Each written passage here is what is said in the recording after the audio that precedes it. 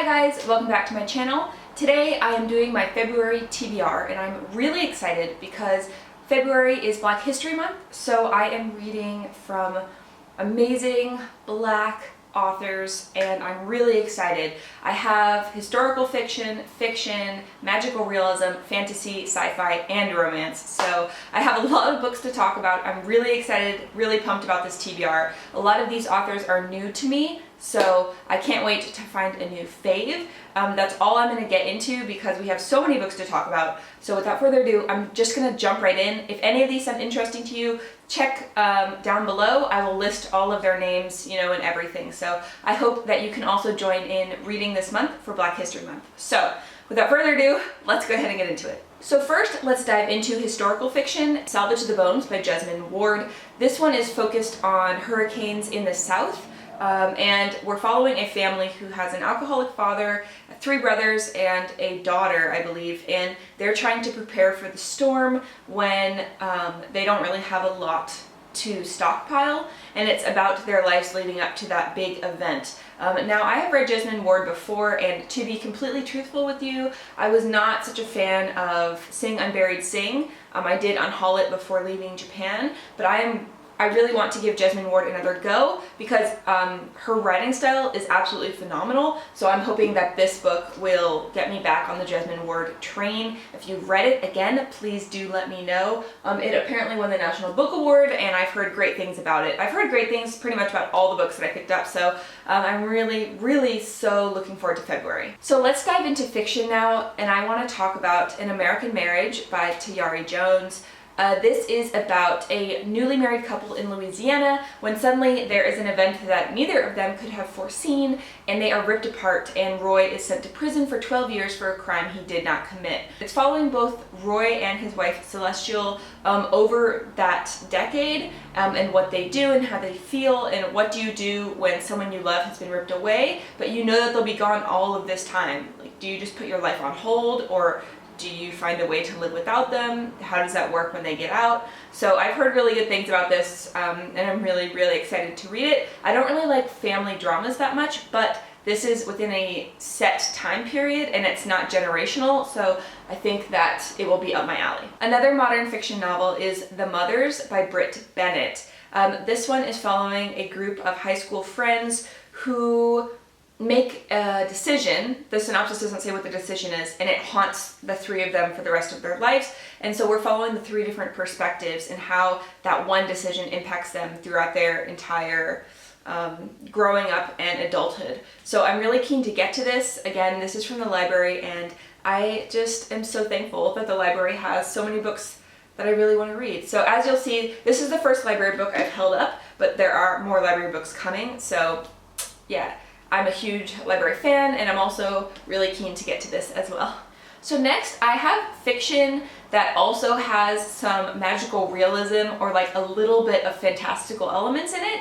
The first one I want to talk about is She Would Be King by Wayetu. So we're following 3 different perspectives in this novel. The first one is West Africa in the village of Lai, where someone who's red-haired has been accused of being a witch. We also follow someone in Jamaica who is the child of a colonizer and a slave. And we also follow someone who is on a plantation in Virginia who has supernatural powers. So as these 3 characters meet up, they discover that they might have powers that could change everything. So I think it sounds really amazing. I'm not exactly sure how the point of views will sit with me. If you've read this, let me know what you thought. If point of views are done really well, I think it could be an amazing asset to a story, but there's so much room for them to be done poorly and for me not to feel connected to the characters. So we shall see what happens. So another one that is mostly real, but does have some realism or little fantastical elements is Riot Baby by Tochi Onyebuchi. This was in my January releases video, which I will leave linked down below. Check it out if you haven't already. And this was one of my most anticipated January releases. We're following a sister and a brother who both have powers, but they don't use them until the day when the brother is jailed for being black in America, and the sister is trying to convince him to basically start a riot with their supernatural powers in order to bring back justice. It sounds so good. My only hesitation is that I read Beast Made of Night by Tochi Onyebuchi, and I was not impressed, and I didn't carry on with the series. So I'm really nervous, but it sounds so amazing, and I just frankly really want to read it. The cover is great, the synopsis is great, and I will probably read it in February. So the next two books I want to talk about are fantasy releases, and this one in particular is The Deep by Rivers Solomon. The Deep is about a Mer clan that is descended from the pregnant slaves which were thrown overboard during from the slave ships. So Wayetu is our main character, and they carry all of the memories of the people, so they are basically the memory holder, but it becomes too much, and so Wayetu decides to flee to the surface. So I think it sounds really powerful, I think it sounds really amazing, and I've never read anything like it. So the other fantasy book on this list is the only book not by a black author, and this is Mooncakes by Wendy Zhu and Suzanne Walker. This one just happened to come into my library. I had it on hold, and my hold expires before the end of February, so if I don't pick it up and read it, I will lose my chance because it's already been reserved by like 3 or 4 more people, so I will never get it again. So this one I'm really excited to get to. It is following a witch and a non-binary werewolf who team up, and you know, they're battling black magic, and also they might have feelings for each other, and I'm just so here for it. There's something that I didn't realize, which is that this is a fully colored illustration.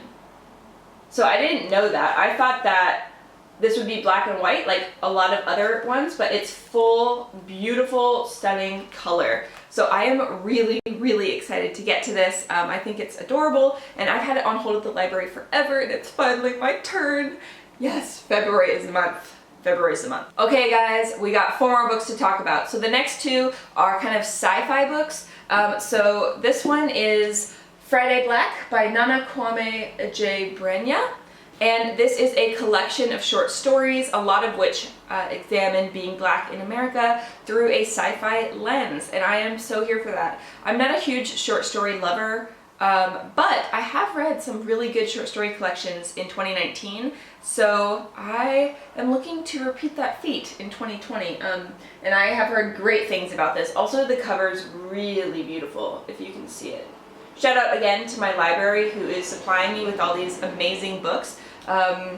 Yeah, so I just got super pumped about my February TBR when I realized that they had so many of the books that I wanted to read. Yeah, so I'm just really loving life right now, and February is going to be great. The other sci-fi book I want to mention is The Prey of the Gods by Nicky Drayden. Nicky Drayden came to my attention because I read one of their synopsises and I was like, wow, I need that so hard. So all of the stories sound amazing, but this one in particular I wanted to read for Black History Month because it just sounds very unique. So I'm just gonna read it to you. In South Africa, the future looks promising. Personal robots are making life easier for the working class. The government is harnessing renewable energy to provide infrastructure for the poor. And in the bustling coastal town of Port Elizabeth, the economy is booming thanks to the genetic engineering industry, which has found a welcome home. Yes, the days to come are looking very good for South Africans. That is, if they can survive the present challenges. A new hallucinogenic drug sweeping the country, an emerging AI uprising, and an ancient demigoddess hell-bent on regaining her former status by preying on the blood and sweat of every human she encounters. It is up to a young Zulu girl powerful enough to destroy her entire township, a queer teen plagued with the ability to control minds, a pop diva with serious daddy issues, and a politician with even more serious mommy issues to band together to ensure there is a future left to worry about. Doesn't that just sound like everything you ever wanted in your entire life? I really want to read it so badly. So if any of you guys have happened to read this, please let me know your thoughts down below. I'm super keen to get to it. The cover is also just like blowing my mind. I need it immediately. And yeah, Nicky Drayden I hope is a personal fave. I haven't read from them before, but if this one is amazing, then I know that the future ones also sound amazing. So I'm just pumped. I'm just really excited for all of these books. So let me know down below if you have read any of them so far, because we have 2 left to talk about, and they are both romances. So we have The Wedding Party by Jasmine Guillory. I found this at my local op shop for $2 freaking, and I couldn't pass it up. To be frank, I did read the first one by Jasmine Guillory. I forget what it's called, but I only gave that 3 stars. I found it kind of just a meh romance, like pleasant while you're reading it, but not outstanding. But for $2, I'm willing to give this a go. So again, it's like set during a wedding, and it's love to hate, I believe. So this is probably the one on my entire list that I'm least keen for, but again, I think it will be really nice. Some of these books are really heavy, so it might be good to read this at the same time to lift my spirit a bit if I'm getting bogged down in some of the more serious books. And the last book I want to talk about today, I'm super excited about. We're going on a weekend trip to like the 12 Apostles, which is like a really beautiful cliff area in Australia, and we're gonna do a lot of beaches. And so this is Duke by Default by Alyssa Cole. I have heard amazing things about Alyssa Cole, and this is the second in a series by her, The Reluctant Royals, but my library only had number 2, so I mean, you know, beggars can't be choosers, so I'm not mad. This is about kind of a New York City outgoing socialite who is interning with a swords maker in Scotland. Yeah, and yeah, he's kind of gruff, and he's like a silver fox, and yeah, so just sounds amazing. When I told my sister, who's visiting us right now, what this was about, she's like, I'm gonna read that after you. So I'm really, really excited. So I cannot wait to get to this. I am going to be bringing quite a few of these on my trip because we have a lot of driving to do. So I'm hoping to get a lot of reading done, and I'm hoping to start out February right, and I'm just really super pumped. So if any of these books are on your list for February, let me know down below. If they're not, maybe put them on your list for February. Let me know what you're reading for Black History Month. Just, you know, tell me everything. Tell me what you're doing. So yeah, I hope that you guys are having an amazing day. We are packing up the car and we are leaving for our road trip like very soon.